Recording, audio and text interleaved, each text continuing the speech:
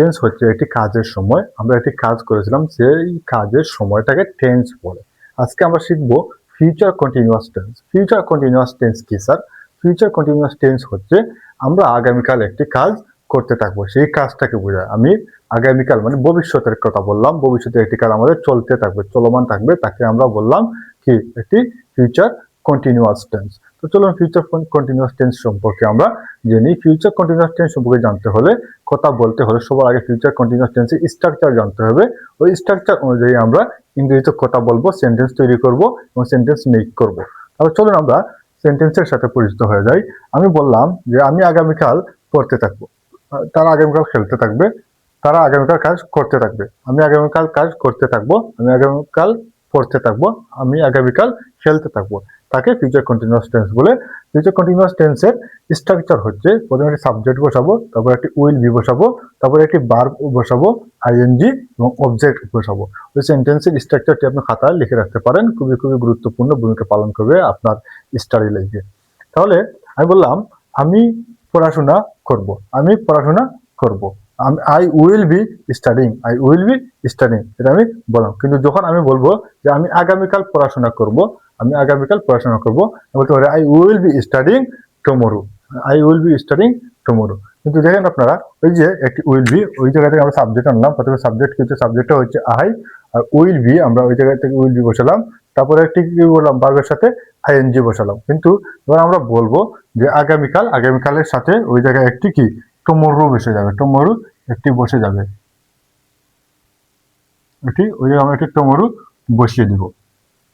তারপরে আমরা যে সেন্টেন্সটি তৈরি করবো, বললাম সে রান্না করবে, সে রান্না করবে, সে কিন্তু আগামীকাল রান্না করবে, করবে মানে এই কাজটি করতে থাকবে। তাহলে বললাম she will be cooking, she will be cooking এর স্ট্রাকচারটি হচ্ছে শি, ওই জায়গাতে সাবজেক্টের নাম শি মানে সে, উইল বি মানে কি তা ওই যে উইল বি মানে ফিউচারের কথা বললাম, ভার্বের সাথে একটি আইএনজি আনলাম, ভার্বের সাথে আইএনজি আনলাম, কখন করবে? আগামীকাল করবে। ওই জায়গায় আগামীকালের জায়গায় আমরা একটি টুমরো দিয়ে দিলাম, একটি টুমরো বসিয়ে দিলাম, ওই টুমরোটা হচ্ছে একটি অবজেক্ট। তাহলে থার্ডলি আমরা যে কাজটি করবো, সেন্টেন্সটি মেক করবো, সেটি হচ্ছে তারা ফুটবল খেলবে। তাহলে তারাকে, তারা হচ্ছে দে, দে মানে কি সাবজেক্ট, দে একটি সাবজেক্ট এবং উইল বি আমরা কি করলাম ভবিষ্যতে একটি একটি হেল্পিং ভার্ব বসালাম, আর একটি হচ্ছে মেইন ভার্ব মানে প্লেইং, প্লেইং ফুটবল। তারা আগামীকাল ফুটবল খেলতে থাকবে। আমরা বললাম যে they will be playing football tomorrow. তাহলে দে কে সাবজেক্ট, উইল বি একটি হেল্পিং ভার্ব, প্লেইং মানে ওই জায়গায় থেকে বার বানলাম, বারের সাথে আইএনজি বসালাম, তারপরে ফুটবল একটি অবজেক্ট হিসেবে কাজ করতেছে।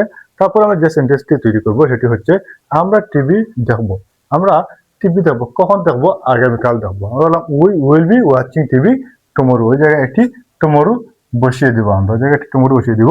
ফর এক্সাম্পল আপনারা দেখতে থাকেন, সাবজেক্ট হিসেবে আছে আমাদের উইল বি, আমরা ওই জায়গা থেকে একটি উইল বি আনলাম, ওই জায়গা থেকে উইল বি বসালাম, তারপরে আমরা ভার্ব বসালাম, ভার্বের সাথে একটি আইএনজি বসালাম, আইএনজি বসালাম, অবজেক্ট হিসাবে টিভি ওই জায়গায় আছে এবং টুমরো আছে।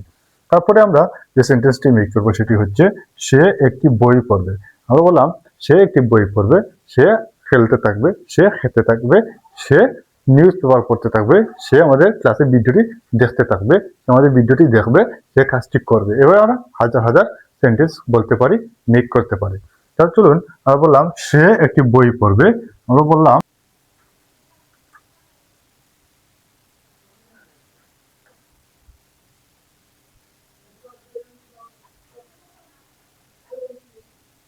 reading a book, she will be reading a book, she will be reading a book, সে আগামীকাল একটি বই পড়বে। ওই জায়গায় আপনারা she দিতে পারেন, she জায়গায় আপনারা he দিতে পারেন, he যে কোনো একটি বসাতে পারেন, এতে কোনো সমস্যা নেই। আপনারা ওই জায়গাতে হলে সাবজেক্টটা চেঞ্জ করবেন, হি, she, I, we, they, এভাবে আপনারা পরিবর্তন করে করে সেন্টেন্স বলতে পারেন, এতে কোনো প্রবলেম নেই। আপনি এভাবে হাজার হাজার সেন্টেন্স তৈরি করতে পারেন, বলতে পারেন। Dear all friends, father and sisters, this channel is perfect for learning English. I strongly believe that you can learn English very easily, but if you try, don't forget subscribe, like, comment and share.